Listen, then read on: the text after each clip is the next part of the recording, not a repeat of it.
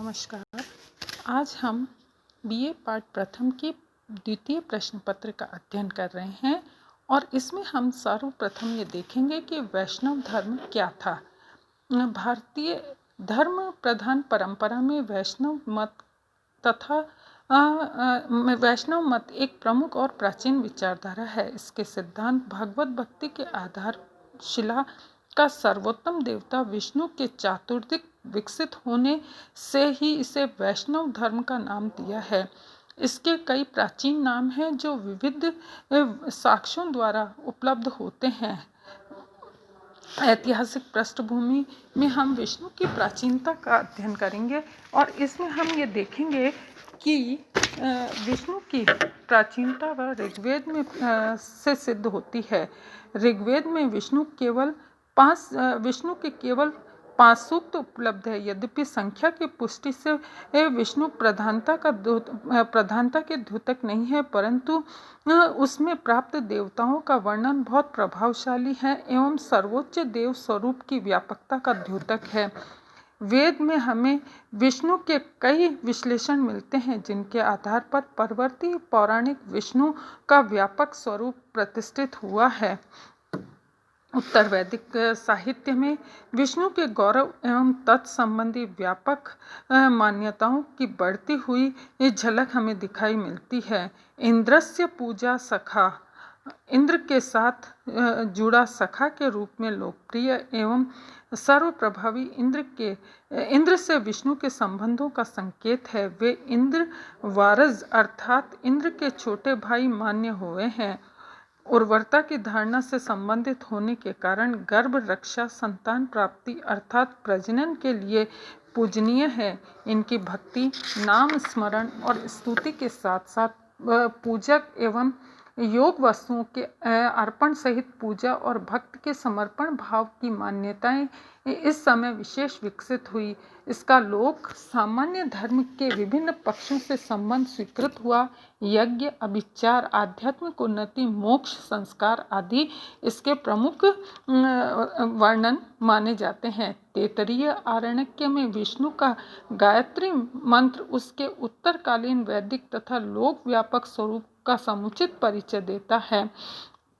विष्णु एक लोकप्रिय एवं प्रबल देवता इस समय बन चुके थे और उनके अनेक स्रोत और गुहा यज्ञों में आहुति दी जाने लगी। विष्णु बलि या नारायण बलि नामक यज्ञ का विशेष उल्लेख सूत्रों में हमें दिखाई देता है।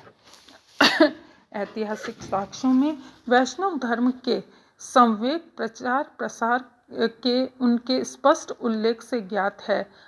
पाणिनि की अष्टाध्यायी के अनुसार धर्म को मानने वालों के नाम निर्धारण होने लगा था। वासुदेव और अर्जुन के अनुयायी वासुदेव तथा अर्जुनक कहलाने लगे। मेघस्नीद में भी सूरसेन जनपद में हरि कृष्ण पूजा का उल्लेख किया है। स्पष्ट है कि कृष्ण जो मानव थे उनका विष्णु नारायण के साथ अटूट संबंध जुड़ चुका था। विदिशा अभिलेख में विष्णु के 3 अमृत पदों का वर्णन मिलता है। त्रीणि अमृत पदानि दाम चाम अप्रमाद। महाभारत में इन 3 आदर्शों का विस्तार के साथ प्रतिपादन किया गया है। 10 त्याग, अनुप्राद और पालन में ही अमरता की प्रतिष्ठा है। गीता का निर्माण ईसवी पूर्व काल में पर्याप्त प्राचीन ज्ञात होता है। उसका इस सांप्रदायिक धारा पर व्यापक प्रभाव निश्चित है। पातंजलि महाभाष्य में लोक में इस धर्म का प्रचार का स्पष्ट प्रमाण है। वासुदेवार्जुन में पातंजलि स्पष्टतः संज्ञा शिष्या तंत्र भागत अर्थात भगवान के द्योतक कहते हैं। उन्हें चतुर्व्यूह का भी उल्लेख किया है जिसमें संकर्षण, कृष्ण, प्रद्युम्न और अनिरुद्ध परिणीत होते हैं। कुषाण काल की एक प्रतिमा में मध्य मूर्ति के रूप में प्रदर्शित कृष्ण वासुदेव के शरीर से अगल बगल और ऊपर प्रकट संकर्षण आदि का आंकन चतुर्व्यूह की प्राचीनता सिद्ध करता है। कोंडामोतुक से प्राप्त एक फलक पर कृष्ण, बलराम, प्रद्युम्न, अनिरुद्ध और साम के एक पंक्ति के अंकन पंचवीर पूजा की प्राचीनता का स्पष्ट प्रमाण हमें मिलता है। इस प्रकार हम देखते हैं कि वैष्णव धर्म और वैष्णव धर्म के अधिता श्री विष्णु बहुत ही प्राचीनतम हैं। अब हम देखेंगे कि वैष्णव धर्म के कौन कौन से संप्रदाय थे।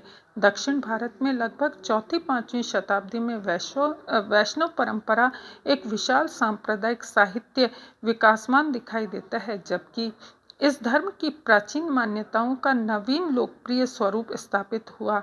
विद्यार्थियों, यह पंचरात्र संहिता या वैखानक आगम तंत्रों का साहित्य है। अब इसके दो प्रधान भेद देखे जा सकते हैं, पंचरात्र मत और वैखानक मत। प्रारंभिक मध्यकाल में इन मतों का विशेष विस्तार प्रसार हुआ। आगे चलकर उप संप्रदायों या पंथों में आचार्य भेद तथा प्रवर्तकों के दृष्टिकोण के अनुसार विविधताओं का भी विकास दिखाई देता है। आज इतना ही। अब अगले अध्ययन में हम देखेंगे कि पंचरात्र सिद्धांत क्या था। ये बहुत ही महत्वपूर्ण सिद्धांत है। कई परीक्षाओं में इस पर विशेष प्रश्न भी आता है। नमस्कार, धन्यवाद।